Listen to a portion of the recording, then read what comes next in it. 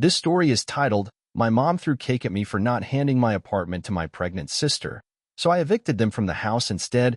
I'm a 28-year-old guy, and just recently, my own mother hurled a slice of cake at me because I wouldn't hand over the apartment I'd finally bought with my hard-earned savings to my pregnant sister. So, I did the one thing I still had the power to do. I forced the sale of the house we co-owned, the one they were living in, and had them evicted. Now, that part of the story blew up fast, but the real roots of this whole mess go back about 7 years. It started when my grandmother passed away. She was a good woman, kind, patient, and one of the few people in my life who truly believed in me. I still miss her. In her will, she left her house to me and my younger sister, Addison. Addison's 25 now, so she was 18 at the time. I was 21, still grinding my way through college. The will was clear as day. We each owned half of that house. Simple, no legal fine print or confusion. Back then, our mom, Erica, had been living with Grandma, taking care of her in her final years. So after Grandma passed, Mom just stayed put in the house. Addison lived there too, and it all seemed to make sense at the time. I was still in school, living in student dorms. After I graduated, I bounced around a bunch of no-frills rental places while trying to get on my feet. I didn't need the house, and I figured it helped them out, so I let them live there rent-free. The deal was that they'd cover all the bills, property tax, utilities, upkeep, the usual stuff. That felt fair. I wasn't trying to make money off my family. I just wanted to help out without getting too involved. Our dad wasn't in the picture.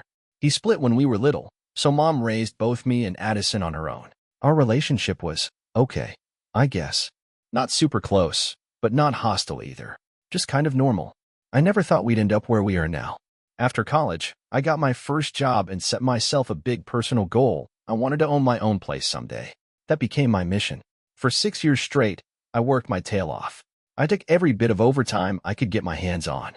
No fancy vacations, no flashy purchases. My car's old, but it runs. My clothes are nothing special. I packed my lunch every day to save money. I put everything I could into savings. It took a while, but I was focused. When my friends went out or took trips, I usually had to pass. It wasn't always fun, but I kept telling myself it would be worth it. And it was. Earlier this year, I finally had enough for a solid down payment on a 2-bedroom apartment. Cost me $200,000. It's in a decent neighborhood, nothing over the top, but clean, safe, and way closer to my job than where I used to live.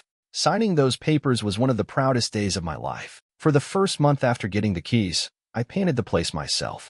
Bought some basic furniture, a bed, a couch, a table with a couple chairs. Slowly but surely, I turned that place into my home. I moved in fully about 8 weeks ago, and for the first time ever, I had something that was truly mine, something I earned. Then came the drama. Out of nowhere, it felt like my apartment became this golden prize, and suddenly, my mom and sister started circling it like vultures. To be fair, they'd always had this weird idea about my money, like, because I was working and single, whatever I made was kind of ours, or at least something they had a say in. If I mentioned getting a bonus at work, Mom would immediately suggest I use it to buy something for their house. Like the time she said they needed a new washing machine.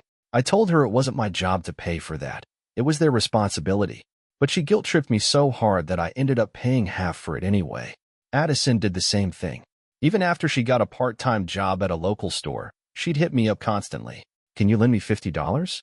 My paycheck's late. My phone bill was higher than I thought. Can you help?" It wasn't huge money, but it was constant. And her reasoning? "You make more, and you don't have a family to support." Most times, I just caved to avoid the drama. But yeah, it started to grate on me. Then about 2 years ago, Addison started dating this guy, Walt. He's 26 now.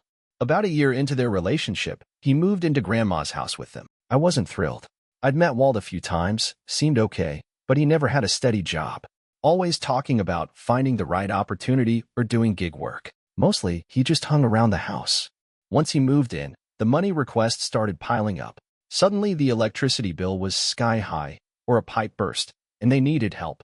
I started pushing back. I told them, "There are 3 adults living in that house. You all need to budget and handle it." That never went over well. Mom would say I didn't understand how hard things were, or how I had it easy.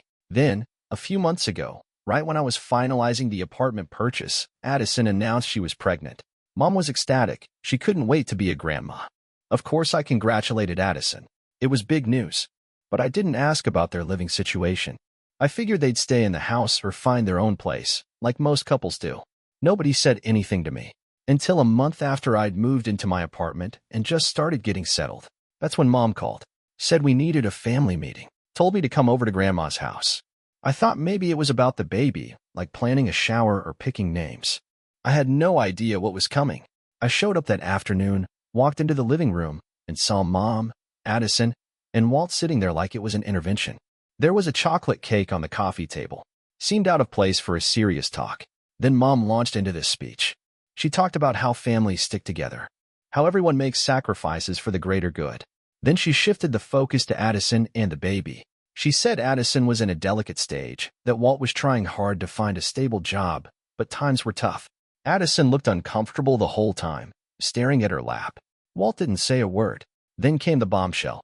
Mom said, plain as day, that since I was single and had a 2-bedroom apartment, and Addison and Walt were starting a family and needed a stable home, the obvious thing to do was for me to give them my apartment. Not lend, not share. Give. She said I could move back into the spare room at Grandma's house. She smiled like she was doing me a favor, like this was some big, moment of family unity. She even said it was my Christian duty, which was funny, considering we've never really been a religious bunch. I just stared at her, stunned. I couldn't even form words at first. That apartment represented 6 years of sacrifice, of skipping out on fun, on treating myself, on living. When I finally spoke, I kept calm. I told her flat out, no, that wasn't happening. I said I'd worked for years to afford that place, and it was mine, period. I told them Addison and Walt could stay in Grandma's house or go find their own place, just like I did. That's when Mom snapped. Her face turned red. Her voice jumped an octave. She called me selfish, said I was ungrateful. She claimed I'd benefited from them living in the house by not paying upkeep, which made no sense, because I owned half of it and let them live there for free. Addison started bawling, saying I didn't care about her or the baby. Walt finally spoke up, muttering something about how he thought I was better than this. I kept my cool. I said again, my apartment isn't up for discussion. That's when it really exploded. Mom stormed over to the table, grabbed a chunk of chocolate cake with her bare hand, and threw it at me. It smacked me right in the chest and splattered up into my face and hair. She was full-on screaming, calling me a disgrace, a terrible son, heartless, everything. Addison was sobbing like someone had died. Walt was just standing there awkwardly, kind of nodding along. I didn't yell back. I grabbed a napkin, wiped the cake off, and told them this conversation was over. As I walked to the door, all 3 of them were shouting at me. Mom screamed that I'd regret this forever, that if I left without agreeing, I wasn't her son anymore. Addison cried that I was putting so much stress on her, I might cause her to miscarry. It was pure chaos. I didn't say a word, just walked out, closed the door behind me, and drove back to my apartment, still smelling like chocolate cake. At first, I felt numb, then furious. My phone started blowing up almost right away, Mom, then Addison. I let it all go to voicemail. The messages were more the same. It's been about 4 weeks since that disaster of a family meeting where the cake went flying. Since then, the harassment hasn't let up. Calls, texts, guilt trips, all nonstop, until I finally started blocking people just to get some peace. No one's apologized. Nothing's been resolved. Just silence on anything meaningful. If anything, the situation's gotten worse. They're even more convinced now that I'm the one in the wrong. I haven't spoken a single word to my mom or Addison since the day I walked out of that house, aside from one short text I sent them afterward. Every attempt they've made to reach me since then has been one-sided, angry messages, demands, or using other relatives to try and guilt me into giving in. It took a couple weeks of being under that constant pressure before my head finally cleared enough to really think it all through. And that's when I saw it. This wasn't just a one-time ridiculous ask. This is how they truly see me, as a source, a wallet, a means to an end. Not as a person with his own life, space, and property. Their entitlement was so out of control, they couldn't even recognize how insane their demand was. They were living rent-free in Grandma's house, my house too, one I co-own and pay for in bits and pieces through help with taxes and emergencies, and yet they wanted my apartment, the place I worked my ass off for? That's when something in me broke. So after taking all that in, I made a decision. A big one. Their behavior left me no choice. Last week, I sat down with a lawyer. I found someone who specializes in property disputes, especially the kind that get messy with family. I laid it all out for him, Grandma's will, the deed, the years of manipulation. He looked through everything and confirmed what I already knew. Addison and I own that house 50-50. There's nothing in the will that gives her or my mom the right to live there forever. No special clauses or lifetime residency junk. Then the lawyer explained a process called a partition sale. Basically, if two or more co-owners can't agree on what to do with a property, one of them can go to court and ask a judge to force a sale. Once it sells, the proceeds get split according to ownership. Turns out, it's a pretty standard legal move in situations like this. So that's what I'm doing. I've told my lawyer to go ahead and start the process to sell the house. If Addison, my mom, and Walt want to stay, then Addison will have to buy out my half at fair market value. We did some digging, looked at comparable homes in the area.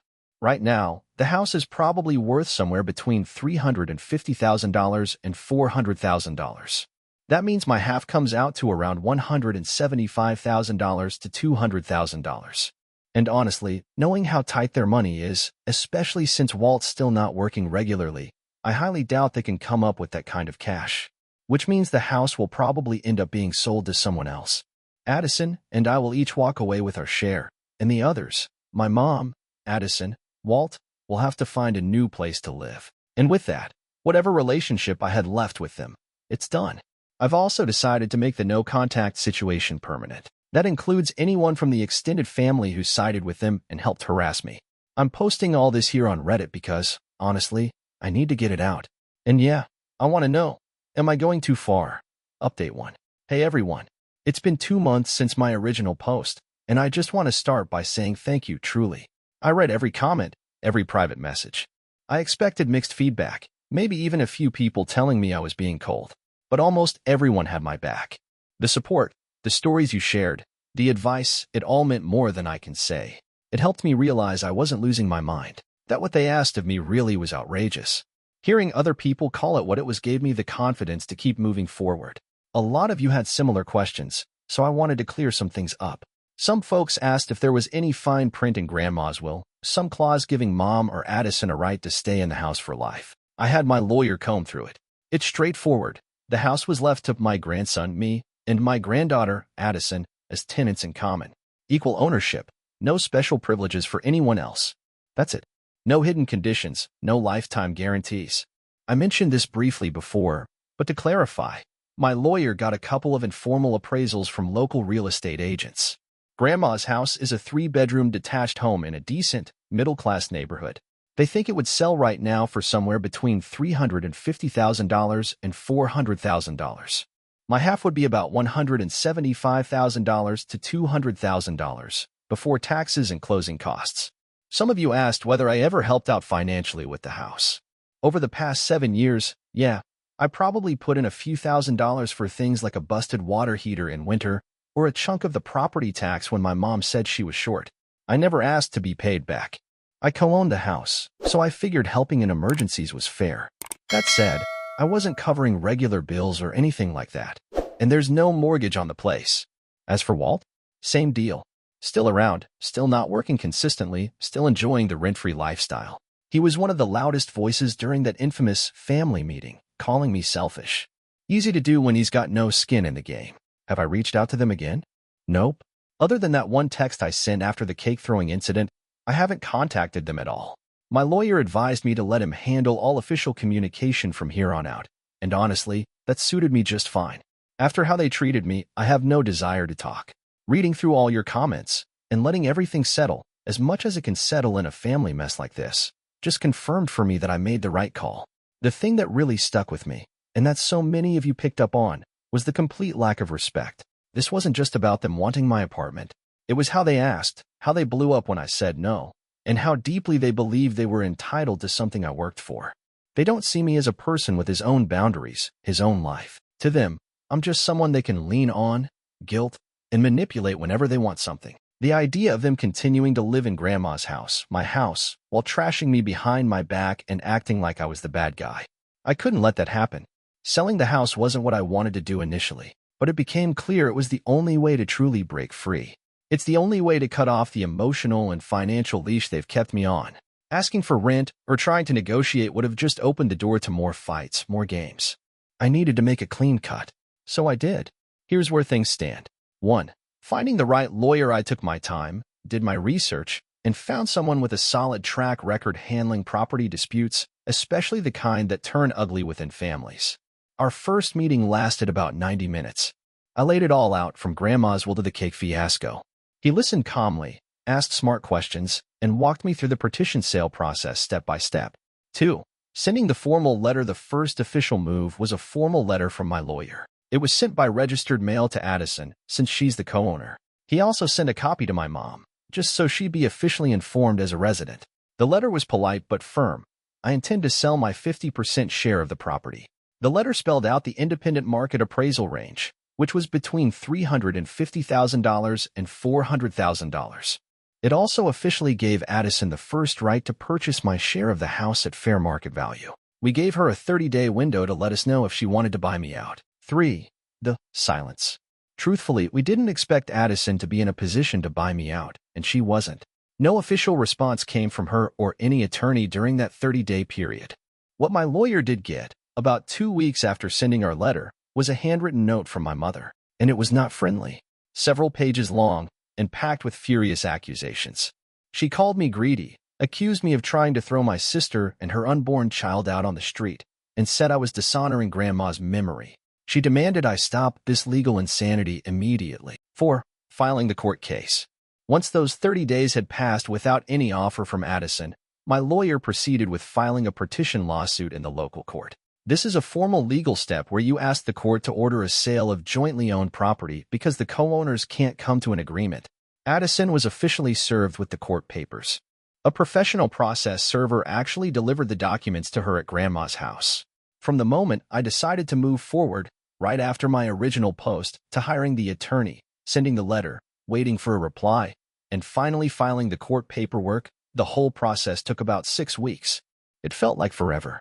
As expected, things exploded once Addison was served. That's when it really sunk in for everyone.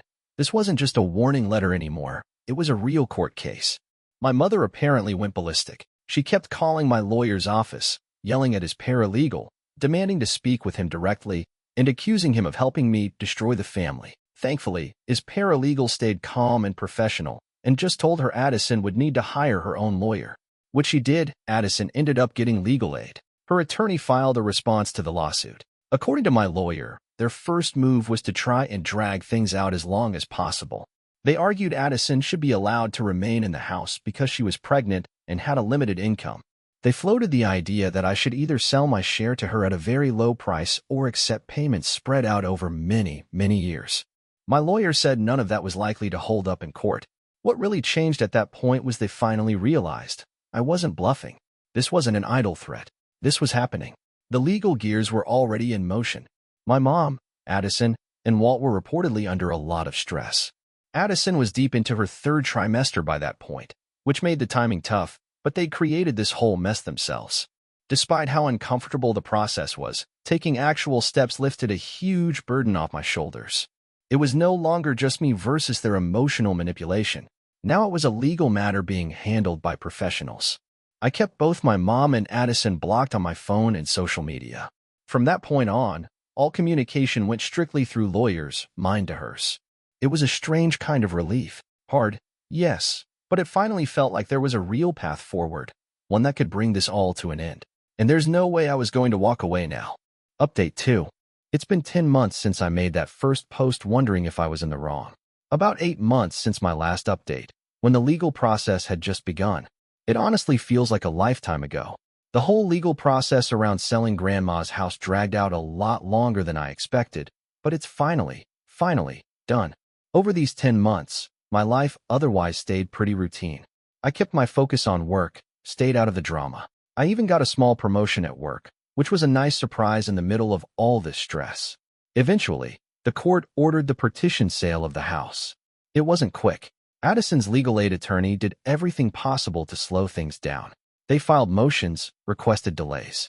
They kept pushing that Addison should be allowed to stay in the house since she had just given birth and had little income.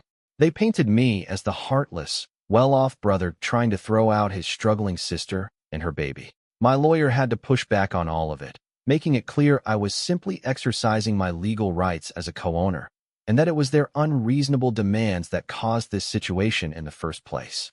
There were a couple of brief court hearings, but I didn't have to be there. My lawyer handled everything. Eventually, The judge ruled that the law was clear. The house had to be sold and the proceeds split because we couldn't reach an agreement. The court appointed a neutral real estate agent to oversee the sale, just to keep things fair and above board. But even listing the house took a couple more months. As expected, my mom and sister weren't exactly cooperative. The agent told my lawyer they were making it hard to schedule viewings.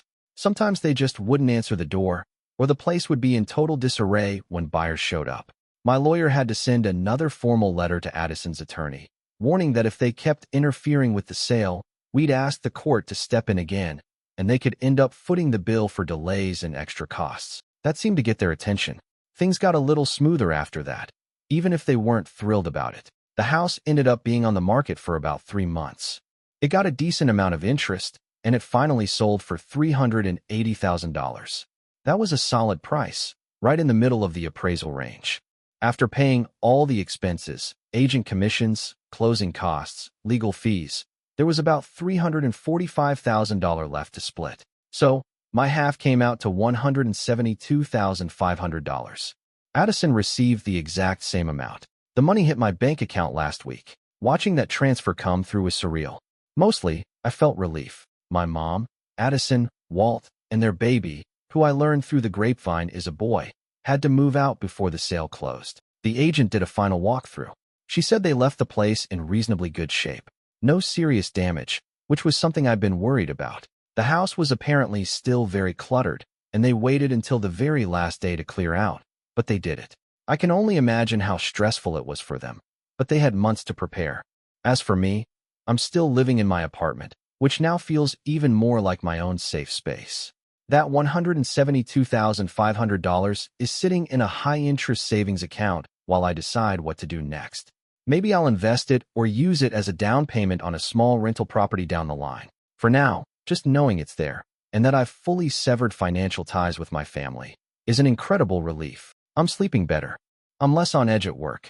I don't have any direct updates on my mother, but I've picked up bits and pieces through a distant cousin who's relatively neutral and sometimes posts vague stuff online that seems related. It sounds like my mom moved in with her sister, Aunt Carol. From what I gather, that arrangement is temporary, and the house is small, so it's already creating tension. Mom's still bitter. She's telling anyone who'll listen that I'm some kind of villain who made my family homeless over money. Addison and Walt's situation? Well, with her $172,500, they apparently rented a small apartment in a town about an hour outside the city, where rent's cheaper. I don't know much more than that. It's a lot of money, for them anyway.